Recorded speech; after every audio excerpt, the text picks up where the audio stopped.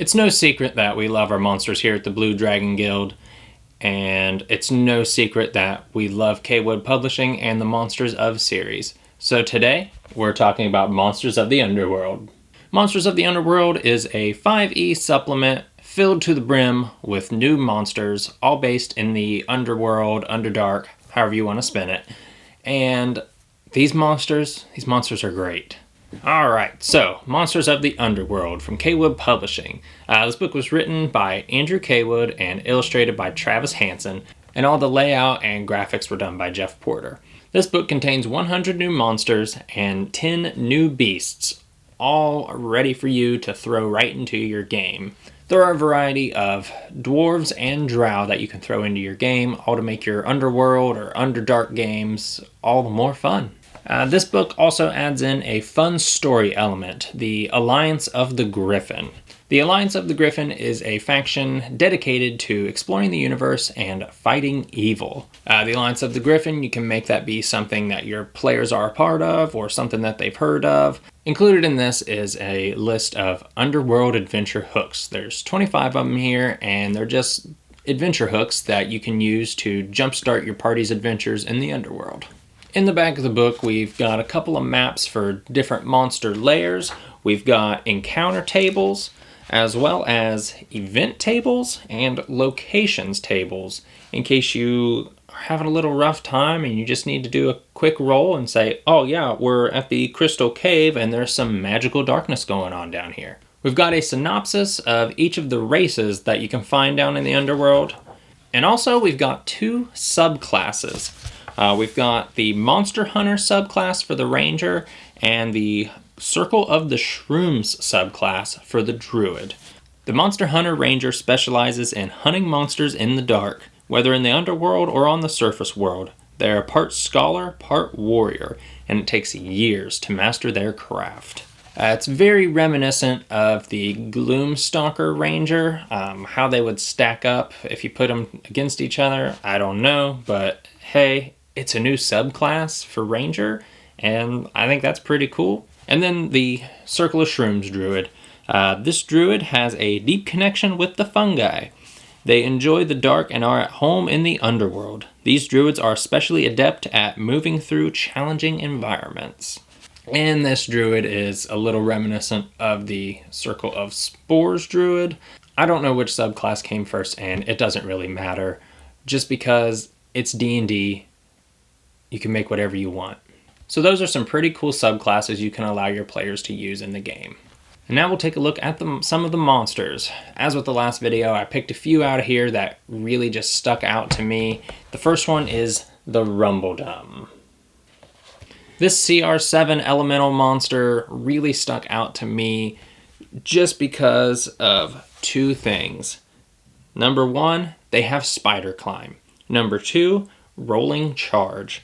If the Rumbledum moves at least 15 feet straight toward a target and then hits it with a slam attack on the same turn, the target takes an extra 2d8 bludgeoning damage. If the target is a creature, it must succeed on a DC 17 strength saving throw or be knocked prone. There's several monsters that can knock you prone. What really stuck out to me was that spider climb.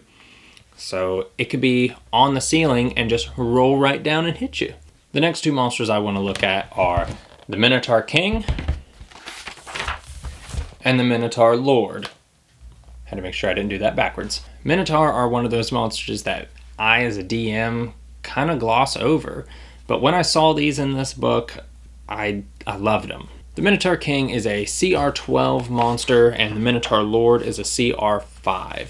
The first thing that stood out to me with the Minotaur King is its double-bladed great axe. When you roll 20 on the roll, it cuts off someone's head. It's kind of like a vorpal weapon, but not a vorpal weapon, but it's still kind of a vorpal weapon. The other thing is that the Minotaur King gets legendary actions. So you can write your whole campaign around the Minotaurs in the Underworld and have this guy be the ultimate boss at the end. And what's good about that is the Minotaur Lord is a CR5, so that's a little bit of a cannon fodder for the Minotaur King to just throw out there at you. The next two monsters are loved by all those who play Skyrim, the Draugr. We've got the base Draugr coming in at a CR1, and then we've got the Draugr Lord coming in at a CR5. The thing that really stuck out to me with the Draugr was their Shadow Jump. As a bonus action, the Draugr can teleport up to 30 feet to an unoccupied space it can see. Both the space it teleports from and the space it teleports to must be in dim light or darkness. So basically, this undead monster now has a shadow step.